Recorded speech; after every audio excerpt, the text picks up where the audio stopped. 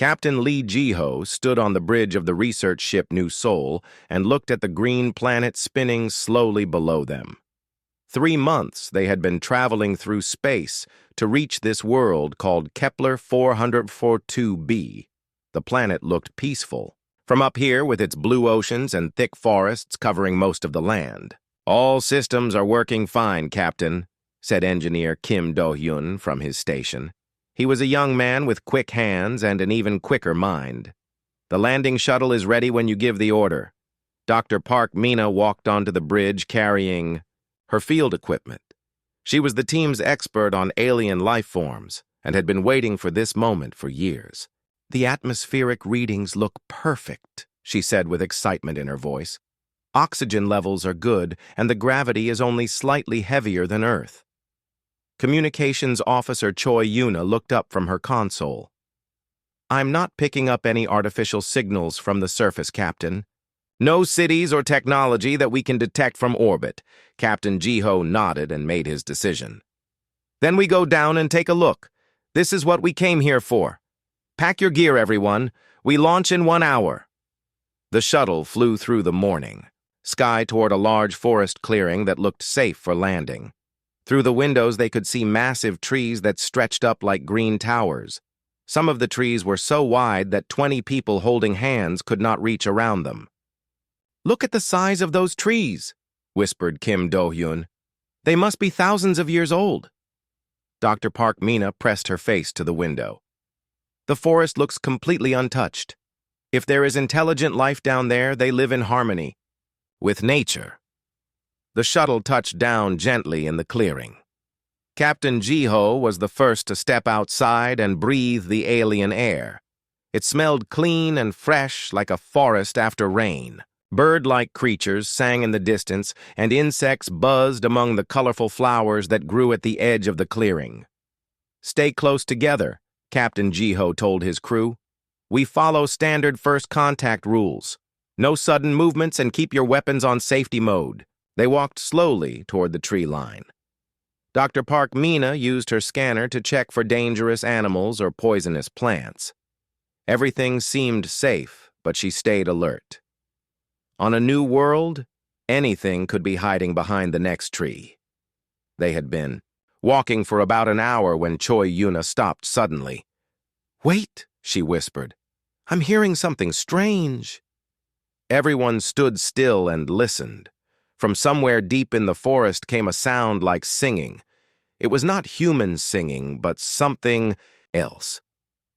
The voices rose and fell in patterns that were almost musical.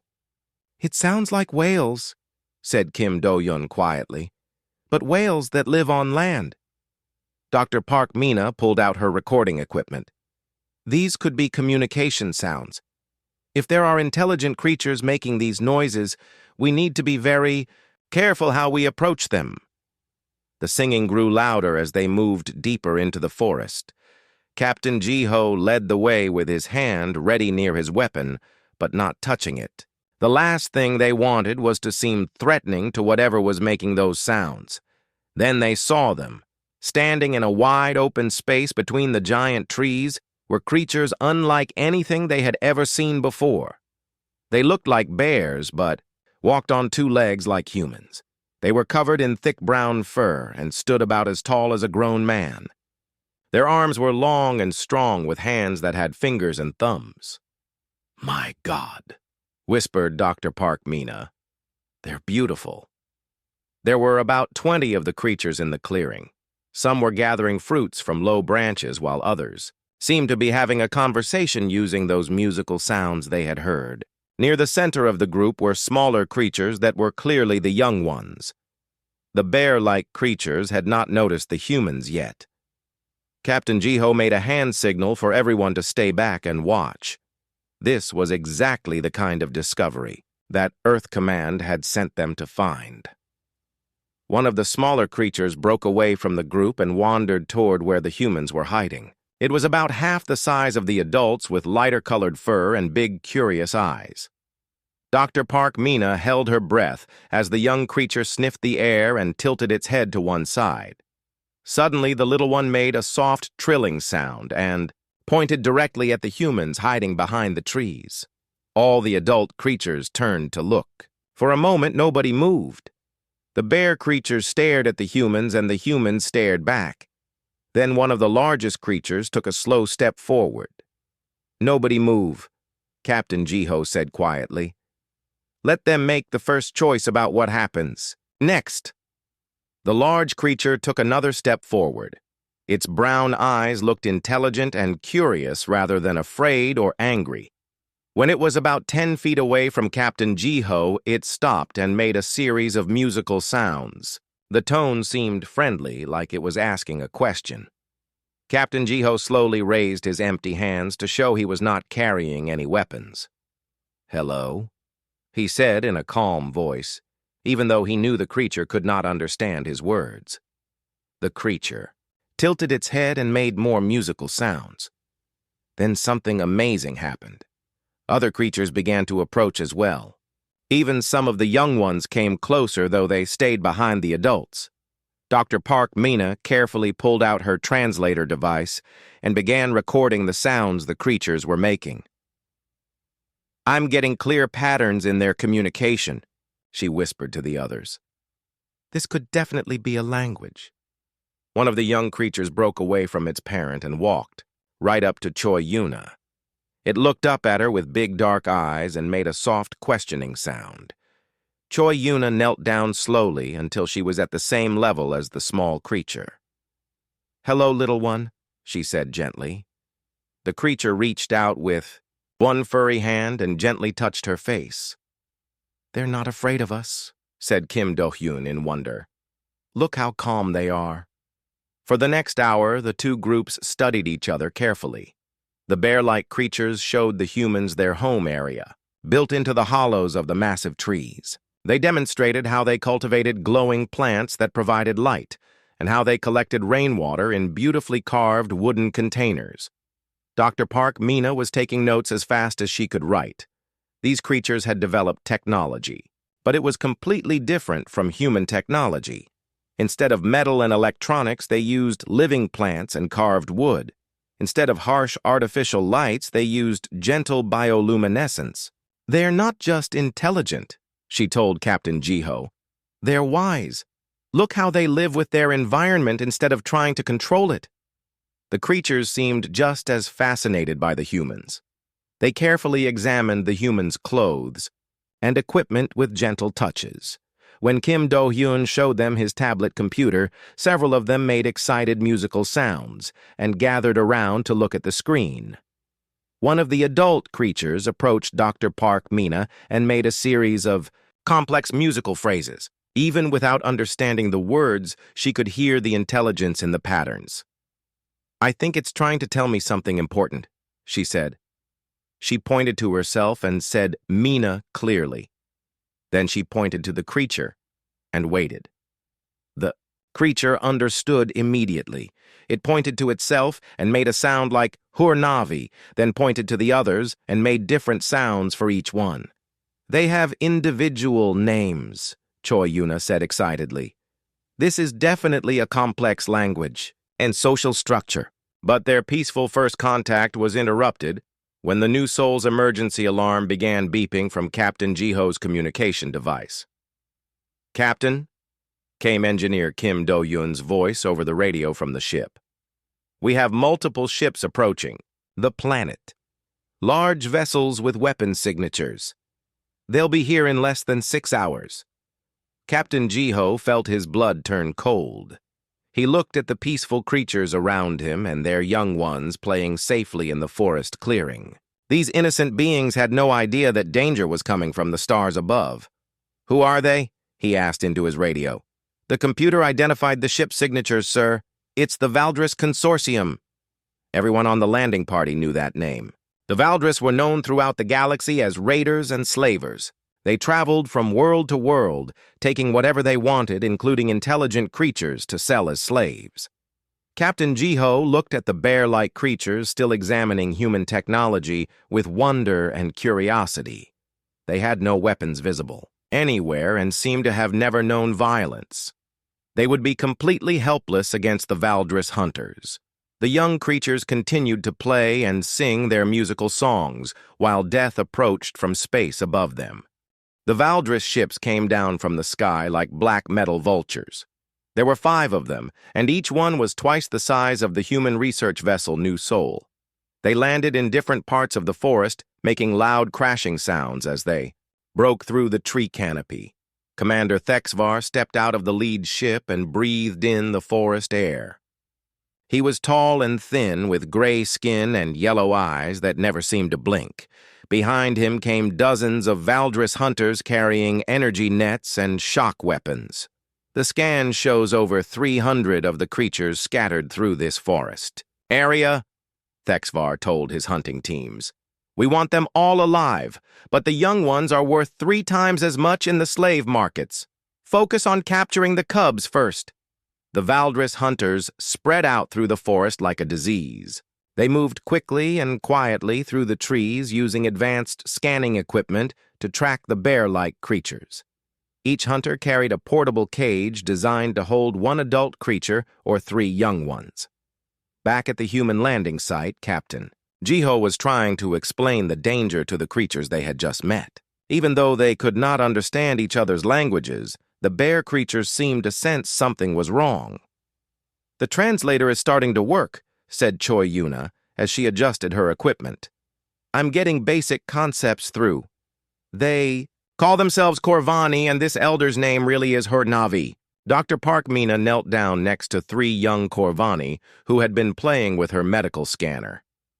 "Can you tell them about the ships?" she asked Choi Yuna. "They need to know danger is coming."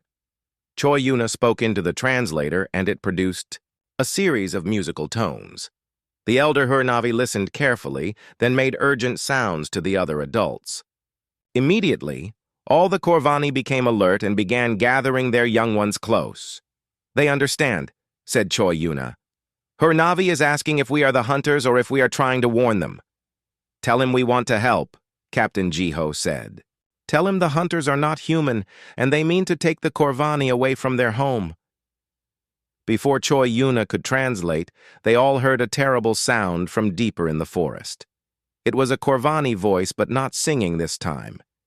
It was screaming. Engineer Kim Do-hyun had stayed on the ship to monitor the Valdris communications. His voice crackled through Captain Jiho's radio.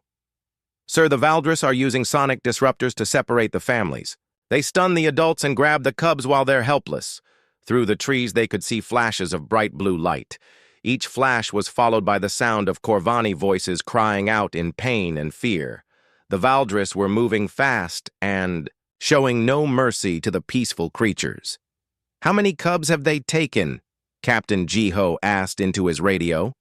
"I'm tracking at least 12 capture signals, sir. The Valdris ships have special holding areas that block the Corvani musical communication. Once the cubs are inside those ships, their families will never find them." Dr. Parkmina watched as Hurnavi gathered the Corvani families in their clearing. There were 8 adults and 6 young ones in this group. The cubs stayed close to their parents, making soft, worried sounds. "They're frightened," she said, "but they're not running away. They're staying together to protect each other." More flashes of blue light came from different directions now.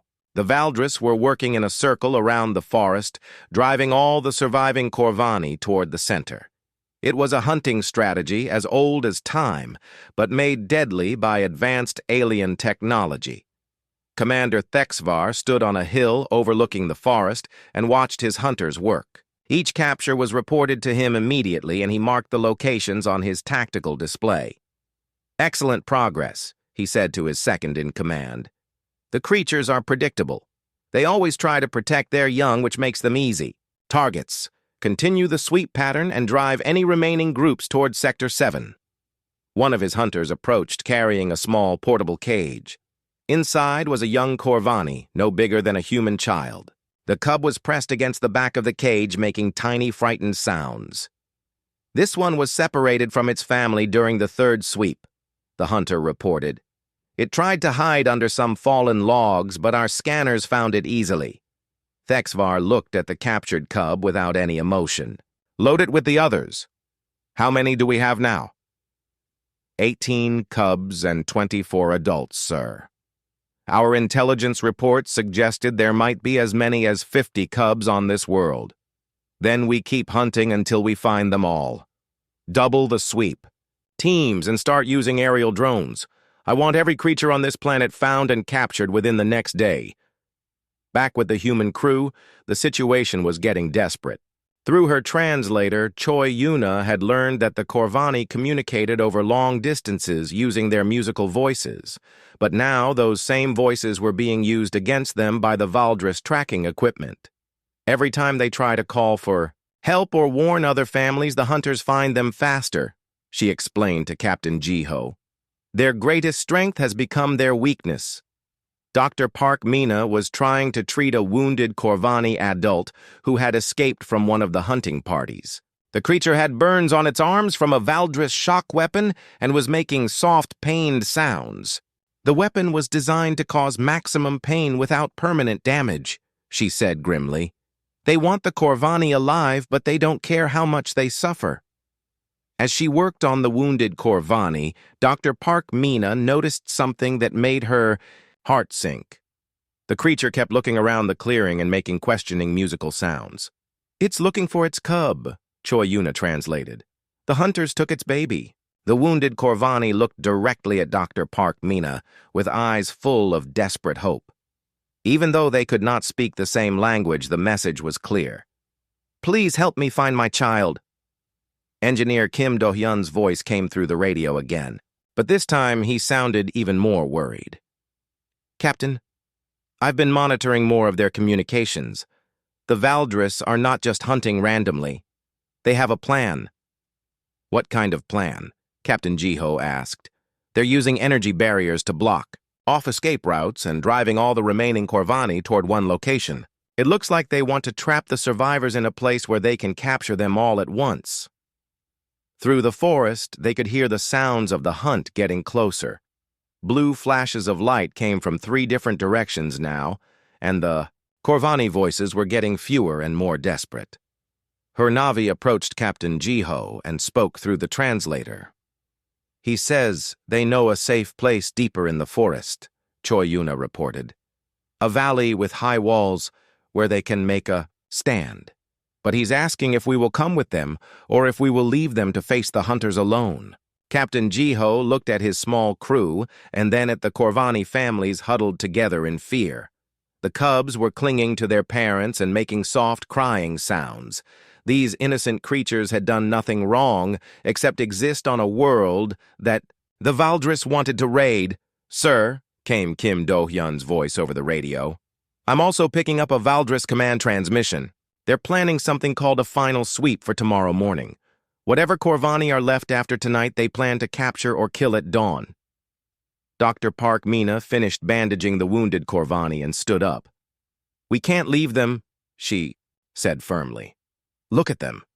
They're like children who never learned that the universe could be cruel. More blue flashes lit up the forest, and this time they were close enough that everyone could hear the Valdris hunters shouting orders to each other in their harsh alien language. The hunt was closing in fast. Her Navi spoke urgently to the other. Corvani adults. They began moving toward the deeper forest, carrying the cubs and helping the wounded. Before they left, the elder approached Captain Jiho one more time. He's thanking us for the warning, Choi Yuna translated. But he says he understands. If we cannot help them fight, he knows we are few and the hunters are many. Captain Jiho watched the Corvani families disappear into the dark forest. Behind them, the blue flashes were getting brighter and the sounds of the hunt were getting louder. Soon the Valdris would reach this clearing and find signs that humans had been here. Kim Do-hyun, he said into his radio. How long until those Valdris ships can leave the planet? If they capture all the remaining Corvani tonight, sir, they could be gone by tomorrow afternoon. Once they're in space, there's nothing anyone can do to help the prisoners. Captain Jiho stood in the empty clearing, listening to the sounds of families being torn apart somewhere in the darkness. Every flash of blue light meant another Corvani had been captured or killed. Every scream meant another cub had been taken from its parents. The peaceful first contact had turned into a nightmare, and the innocent bear-like creatures were paying the price. Soon they would all be gone, and this beautiful forest would be silent forever, unless someone chose to make a stand. The sun was rising over the forest when Commander Thexvar gathered his hunting teams for the final operation. Through the night, they had captured over 60 Corvani, including 28 cubs, but his scanners showed that one large group was still free somewhere in the deep forest. "They have gone to ground in the canyon system," he told his hunters while pointing at a tactical map. "Sector 12 shows a box canyon with high walls and only one way in or out.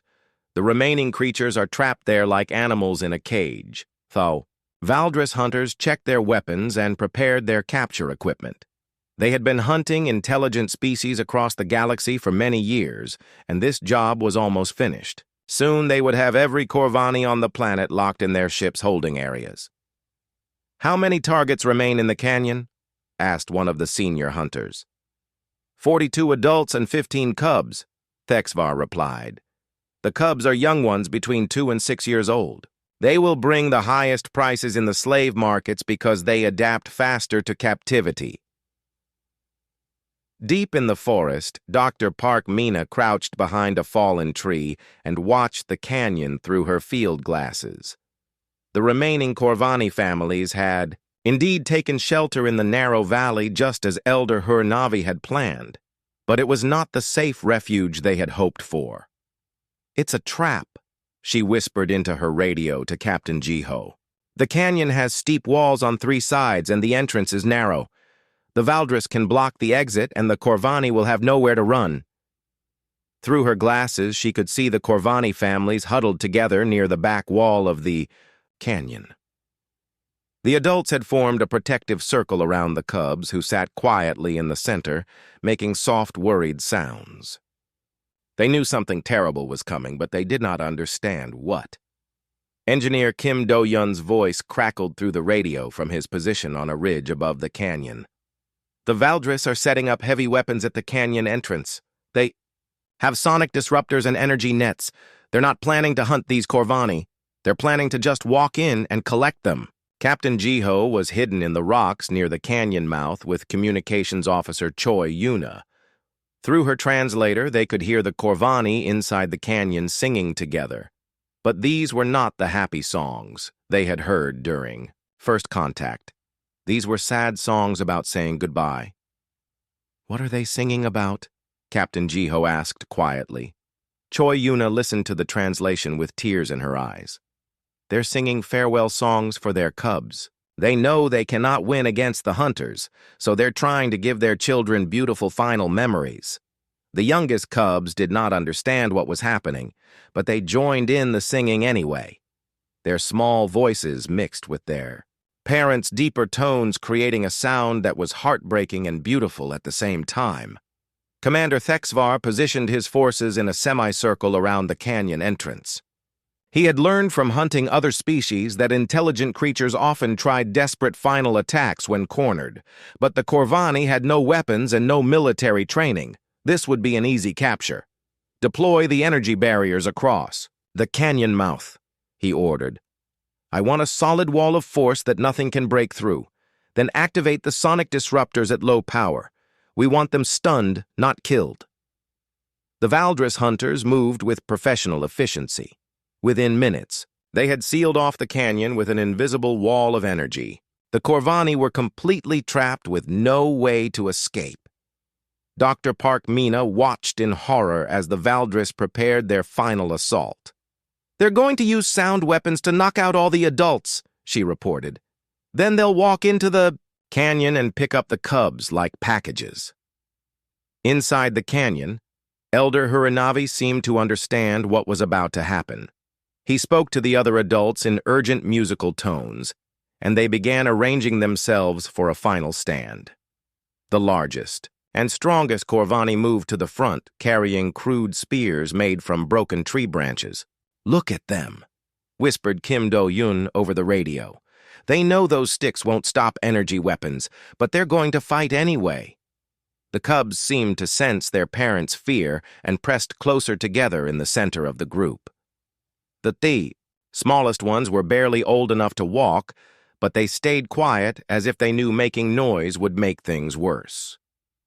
Commander Thexvar checked his equipment one final time. Begin the sonic bombardment. Low intensity at first to weaken their resistance. We will increase power gradually until all the adults are unconscious. The first wave of sound hit the canyon like an invisible hammer. The Corvani adults staggered, but remained standing. They covered their ears with their hands and tried to shield the cubs with their bodies. Increase power to level 4, Thexvar ordered. The second wave was stronger. Several of the adult Corvani fell to their knees, but they still tried to protect. They're young. The cubs cried out in pain as the sonic waves hurt their sensitive ears. Dr. Park Mina could not watch anymore. Captain, they're torturing them. The Valdris are using just enough power to cause pain without knocking them unconscious. They're enjoying this.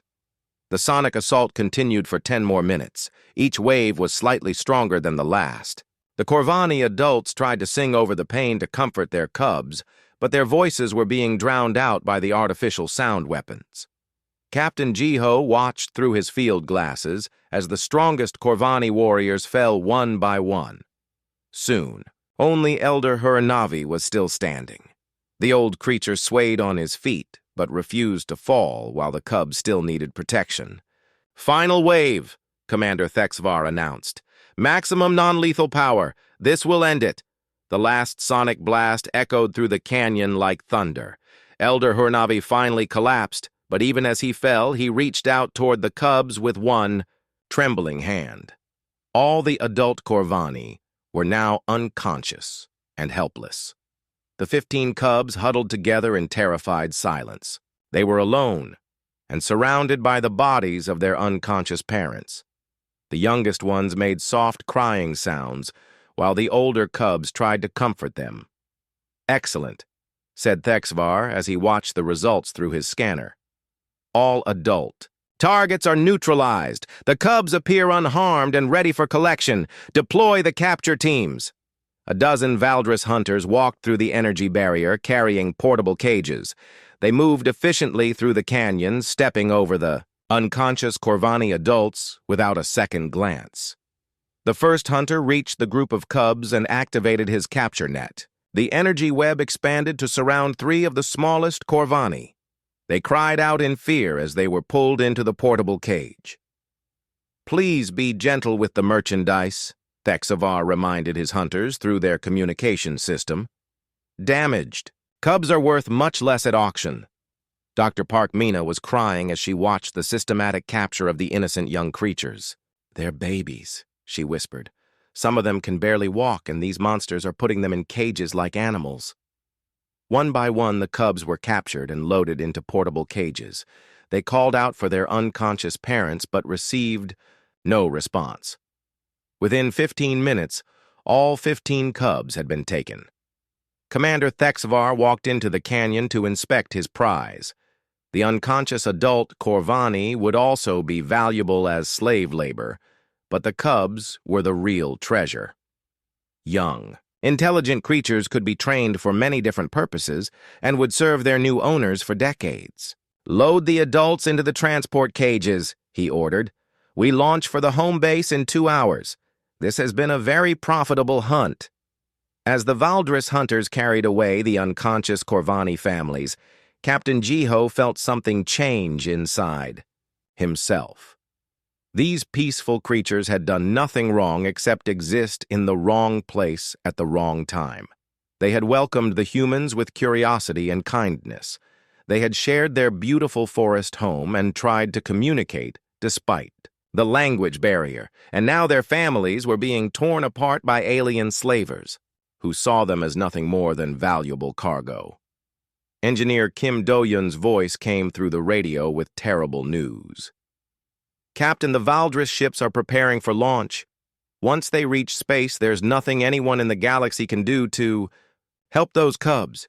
They'll disappear into the slave trade forever. Communications Officer Choi Yuna was monitoring Valdris communications.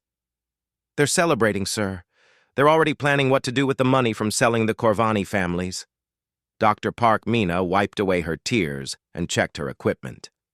Captain, we have to make a choice right now. In 30 minutes, those ships will be in space and it will be too late to do anything. Captain Jiho looked at the empty canyon where moments before a community of families had been singing together. Now it was silent except for the sound of Valdris hunters loading their captives into transport cages. The cubs were cornered and helpless. Their parents were unconscious and could not protect them. In a few hours, they would be scattered across the galaxy and sold to the highest bidders, unless someone chose to fight back. Captain Lee Jiho stood in the silent canyon and made the decision that would change everything. He activated his communication system and spoke to his crew scattered throughout the forest. Dr. Park Mina, Engineer Kim Do-hyun, Communications Officer Choi Yuna. Listen carefully to what I am about to say. His voice was calm, but there was steel underneath the words. We came to this planet as scientists and explorers. We followed our orders and observed a first contact with an intelligent species. We documented their peaceful nature and their beautiful culture. He paused and looked at the spot where the Corvani cubs had been captured just minutes before. But we are also human beings. And human beings do not stand by and watch while innocents are enslaved. Dr. Park Mina's voice came through the radio immediately. Captain, I'm with you. These creatures showed us nothing but kindness. We cannot let them be sold like animals. The Valdris have superior numbers and weapons, Engineer Kim Do-hyun added from his position on the ridge. But they have never fought humans before. They don't know what we're capable of when we're protecting something we care about. Communications Officer Choi Yuna was already working on her equipment. I'm sending our situation report to Earth. Command, sir. They won't receive it for months, but I want them to know what we chose to do and why we chose to do it. Captain Jiho felt a familiar feeling rising inside him. It was the same feeling he had experienced years ago as a young officer in Earth's Space Defense Forces, the feeling of knowing that some things were worth fighting for no matter what the cost. Kim Do-hyun returned to the New Seoul immediately. I want you to overload the power systems and push our weapons to maximum capacity. We're going to hit them hard and fast before they know what's happening. Already on my way, Captain. I can boost our railgun systems to twice normal power, but the ship's reactor won't be able to maintain it for long. Dr. Park Mina was moving through the forest toward the Valdris landing site. I'm approaching their ground forces from the east. I count 12 hunters plus 2 guard units protecting their transport ships. Be careful, Mina. We need to rescue the cubs, but we also need to survive this. Stay hidden until I give the signal. Communications Officer Choi Yuna had found a good position overlooking the main Valdris camp. Captain, I can see the holding cages from here. The cubs are in portable containers near the center of their operation. The adult Corvani are in larger cages closer to the ships. Captain Jiho checked his weapons and started moving toward the Valdris command post. For the first time since arriving on this peaceful planet, he felt like a soldier again, instead of a scientist. High above the forest, the New Seoul came to life under Engineer Kim Do-hyun's hands. He pushed the ship's systems far beyond their safety limits, channeling all available power into the weapon arrays and defensive shields. Computer warns that reactor output is approaching dangerous levels, he reported to Captain Jiho. But I think I can give you one perfect shot at their command ship before the systems overload. Make it count, Kim Do-hyun. We're only going to get one chance to surprise them. Commander Thexavar was overseeing the loading of captured Corvani when his sensor operator reported something unusual. Sir, I'm detecting a power buildup in the human research vessel. Their energy output has increased by 300% in the last 2 minutes. Thexvar looked up at the sky where the New Seoul hung like a small metal star. Impossible. Research ships don't carry military-grade weapons. It must be a sensor malfunction. Sir, the power levels are still climbing. Whatever they're doing up there, it's using massive amounts of energy. Before Thexvar could respond, the sky lit up with a brilliant flash of light. A railgun projectile moving at tremendous speed struck his command ship dead center. The impact created a shockwave that knocked every Valdris hunter to the ground and sent metal debris flying in all directions. All units report status immediately, Thexvar shouted as he picked himself up from the ground. His command ship was burning and listing to one side. Smoke poured from multiple hull breaches. "Communications array is destroyed, sir. Long range." "Sensors are offline. The humans have crippled our command and control systems." Captain Jiho heard the explosion from his position in the forest and smiled grimly. "Perfect shot, Kim Do-hyun. Now bring the new soul down to ground level. We're going to show these Valdris what close combat looks like." The human research ship descended through the smoke and fire of the burning Valdris command vessel. Its hull was glowing from the massive energy discharge, but it was still intact and ready for battle. Dr. Park Mina used the confusion from the railgun strike to move closer to the holding cages. The Corvani cubs were crying out in fear from inside their portable prisons, but they were still alive and unharmed. "I can see 15 cubs in individual transport cages," she reported. "The adult Corvani are starting to regain consciousness, but they're still too weak to move." Commander Thexvar was trying to reorganize his scattered forces when another problem presented itself. His tactical scanner showed that the human research ship was now flying at treetop level and heading directly toward his position. "Impossible," he snarled. "Humans are scientists and explorers. They don't attack military vessels." His second-in-command looked up at the approaching ship with growing alarm. "Sir, that vessel is flying in an attack pattern. They appear to be preparing for a strafing run." The new soul roared over the Valdris landing site with all weapons blazing. Engineer Kim Do-hyun had jury-rigged the ship's mining lasers into combat weapons, and they cut through Valdris equipment like hot knives through soft metal. 2 of the Valdris transport ships were destroyed in the first pass. The explosion sent burning fragments into the forest and created thick black smoke that reduced visibility to almost zero. "Kim Do-hyun, that was beautiful!" Captain Jiho called over the radio. "Come around for another pass, but watch out for their return fire." The Valdris hunters were finally starting to respond to the attack. Energy weapons fired up at the new soul, but the human ship was moving too fast and flying too low for accurate. Targeting Dr. Park Mina took advantage of the chaos to reach the holding cages. She used her medical scanner to override the electronic locks on the portable prisons. One by one, the cubs were freed from their cages. "I have the cubs," she reported, "but they're terrified, and some of them are injured. I need help getting them to safety." Communications Officer Choi Yuna left her observation position and ran toward Dr. Park Mina's location. The forest around the Valdris camp was now filled with smoke and the sounds of weapons fire. "I'm coming to help with the cubs, Mina. Can you get the adult Corvani moving?" "I'm trying, but the sonic weapons did serious damage to their inner ears. Most of them can barely stand up." Captain Jiho reached the edge of the Valdris camp and saw Commander Thexvar trying to rally his remaining hunters. The alien commander was shouting orders, but his forces were scattered and confused. "This is impossible," Thexvar was saying to his tactical officer. 4 humans cannot defeat a fully equipped Valdris hunting expedition. We outnumber them 15 to 1. "Sir, the humans are not fighting like scientists. They're fighting like trained soldiers, and they seem to know exactly where to hit us to cause maximum damage." Captain Jiho stepped out of the smoke with his weapon ready. "Commander Thexvar, I presume," he said in a calm voice. "I believe you have something that belongs to this planet." The Valdris commander turned to face the human with yellow eyes full of rage and disbelief. "You dare attack the Valdris Consortium! Do you have any idea what you have done?" "I know exactly what I've done," Captain Jiho replied. "I've chosen to protect innocent children from alien slavers, and I'd do it again."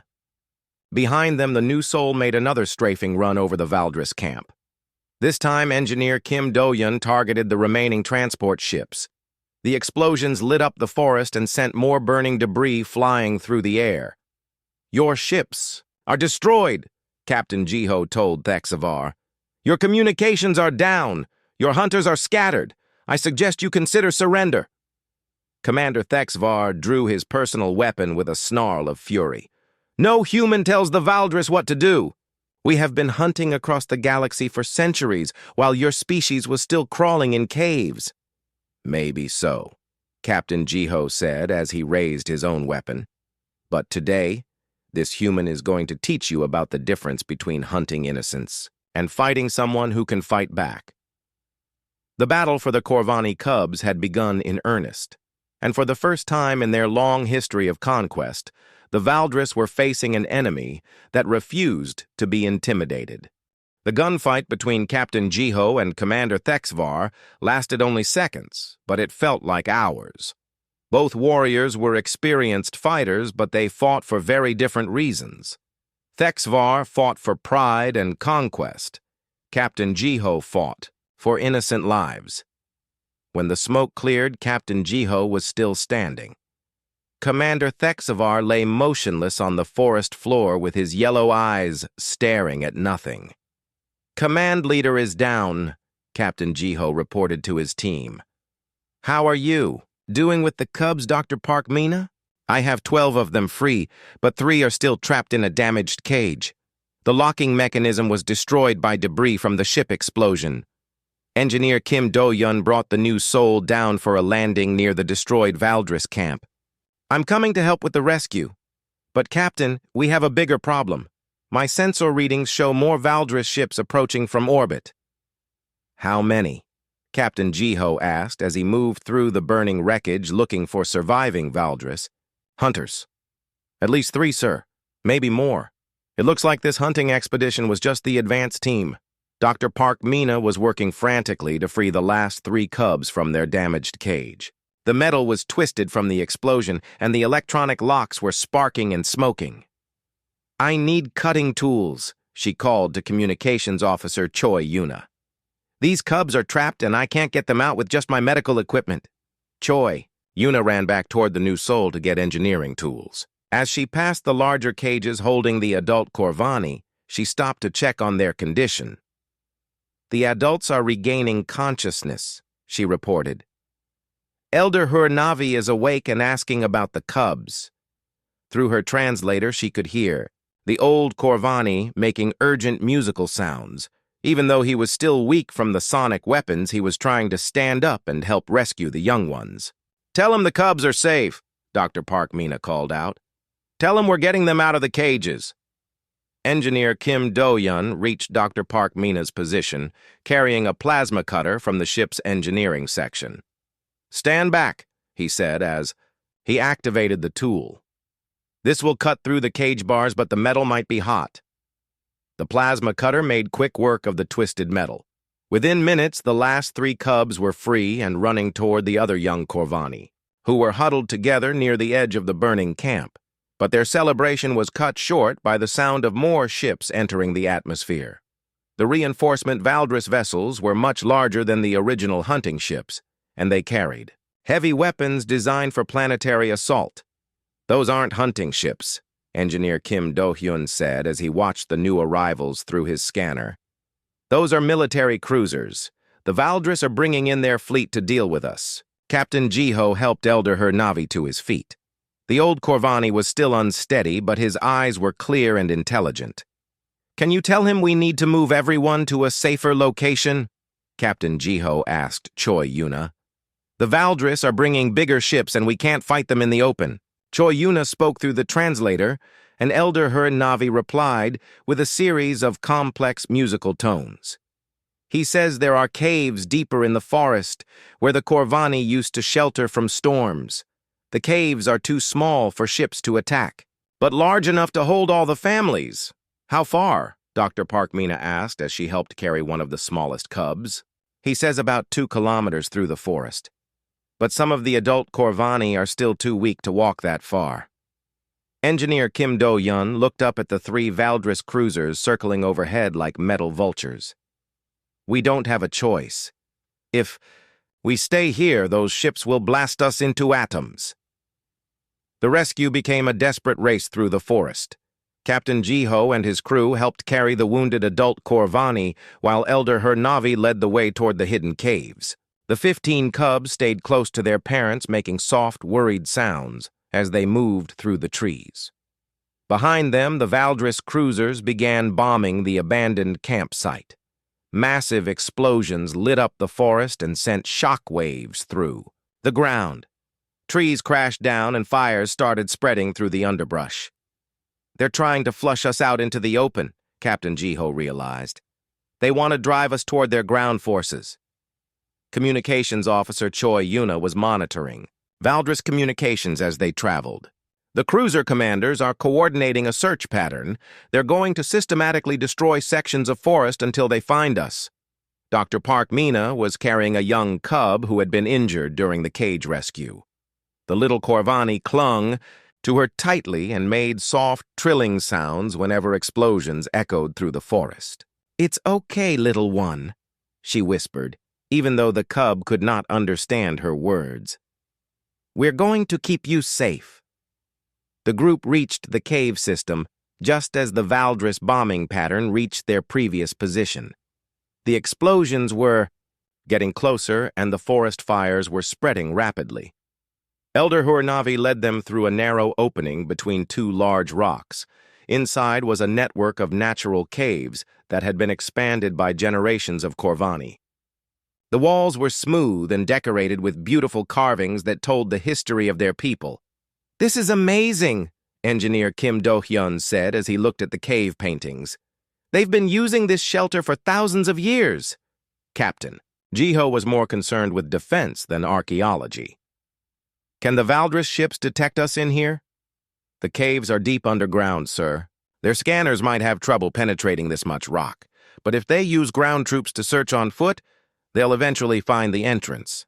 Outside the caves, they could hear the sound of Valdris ships landing in the forest. Through the cave entrance, they saw flashes of searchlights as alien soldiers began hunting through the trees. Dr. Park Mina counted the rescued Corvani families. "We have all 42 adults and all 15 cubs. Everyone made it to the caves alive." But Communications Officer Choi Yuna had disturbing news from her monitoring equipment. "The Valdris are calling in more ships. I'm detecting at least 12 vessels now. They're treating this as a full military operation." Elder Hurnavi approached Captain Jiho and spoke through the translator. "He's asking why we helped them," Choi Yuna reported. "He wants to know why humans would risk their lives for strangers." Captain Jiho looked at the Corvani families huddled in the caves. Parents were comforting their cubs, while the older children tried to be brave for the younger ones. These gentle creatures had never hurt anyone, and yet alien slavers had come to destroy their lives. "Tell him that humans believe some things are worth fighting for," Captain Jiho said. "Tell him that protecting children is always the right choice." Engineer Kim Do-hyun was working on his portable scanner trying to track Valdris movements outside the caves. "Captain, I count at least 50 ground troops searching the forest. They have detection equipment and they're getting closer to our position." "How long until they find us?" "Maybe an hour, sir. Maybe less if they're lucky." Dr. Park Mina was treating the adult Corvani who had been most seriously injured by the sonic weapons. "These people need medical attention that I can't provide here. Some of them have permanent damage to their hearing and balance. The youngest, cubs, were crying softly from fear and confusion. They did not understand what was happening, but they knew their world had changed forever. Their parents sang quiet lullabies to comfort them, but everyone could hear the fear in their voices. Captain Jiho realized they were trapped. The caves might hide them temporarily, but the Valdris would eventually find the entrance. When that happened, the aliens would simply seal the caves and wait for the Corvani to surrender or die. "Kim Do-hyun," he said quietly, "do we still have communication with the new soul?" "Yes, sir, but the ship is damaged. I pushed the systems too hard during the attack. The reactor is unstable and the weapons are offline." "Can you fly it?" "Probably, sir. But why?" Captain Jiho's expression was grim but determined. "Because I have an idea. It's dangerous and it probably won't work, but it might give the Corvani a chance to escape." Outside the caves, Valdris search teams were getting closer. Soon they would find the entrance and the hunt would be over. The cubs would be captured and the adults would be killed or enslaved, unless Captain Jiho could find a way to turn the tables on the hunters one more time. Captain Jiho explained his plan to the team in whispered voices, while Valdris search teams moved through the forest outside. The new Soul still has enough power for one final flight. Kim Do-hyun will take the ship and ram it directly into the largest Valdris cruiser. Engineer Kim Do-hyun nodded grimly. The reactor overload will create an electromagnetic pulse that should disable every piece of Valdris technology on the planet. Their ships, their weapons, their communication systems, everything. But that's a suicide mission, Dr. Park Mina protested. You'll never survive the impact. Actually, I will, Kim Do-hyun replied with a small smile.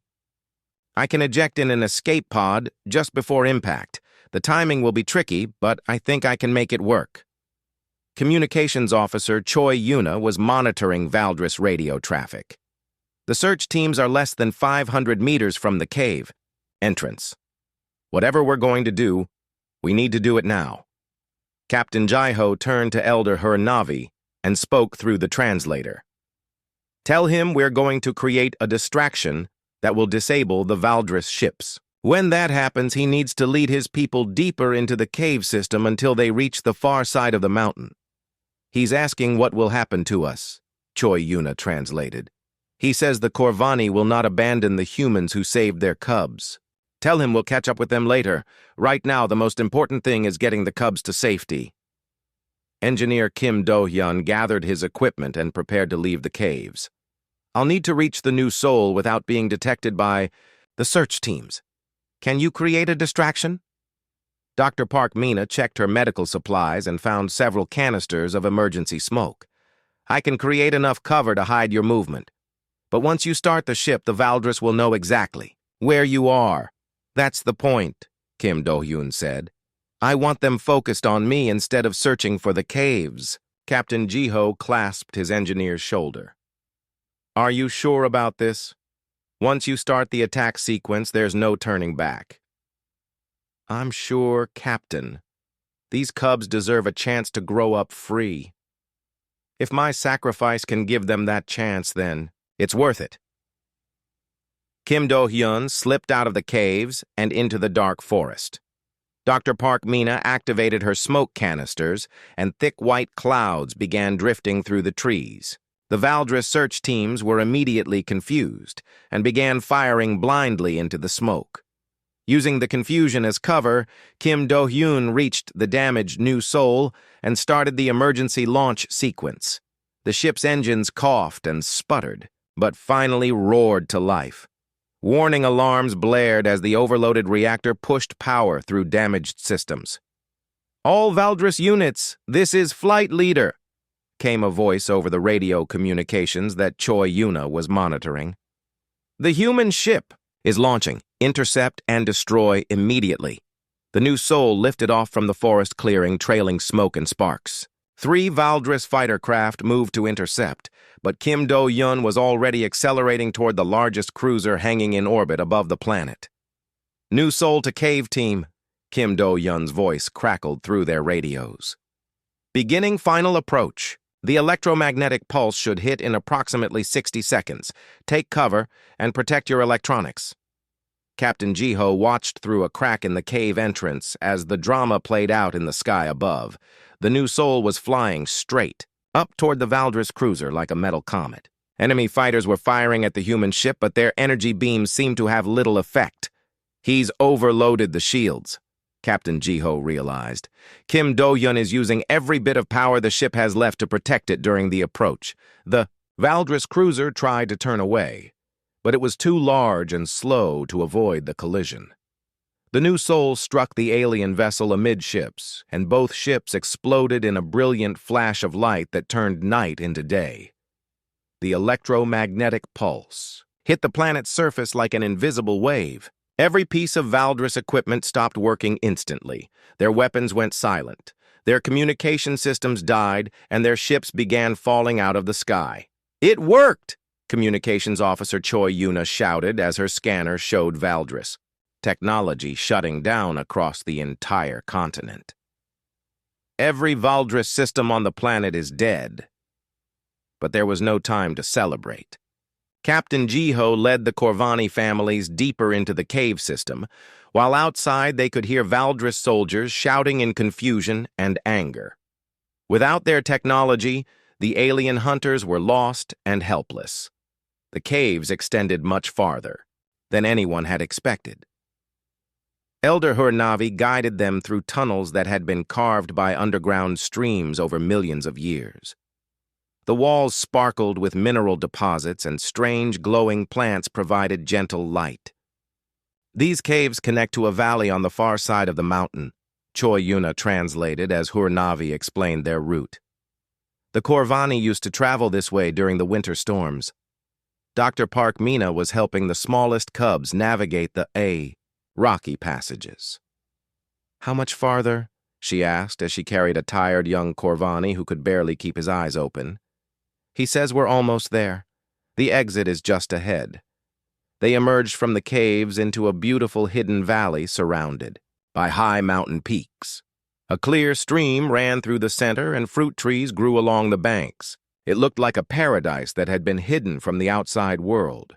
The Corvani families spread out across the valley floor and began making temporary shelters from fallen branches and leaves. The cubs, who had been silent and frightened for hours, finally began to play again as they realized they were truly safe. "Look at them," Dr. Park Mina said with tears in her eyes. "They're acting like normal children again." A small flash of light in the sky caught Captain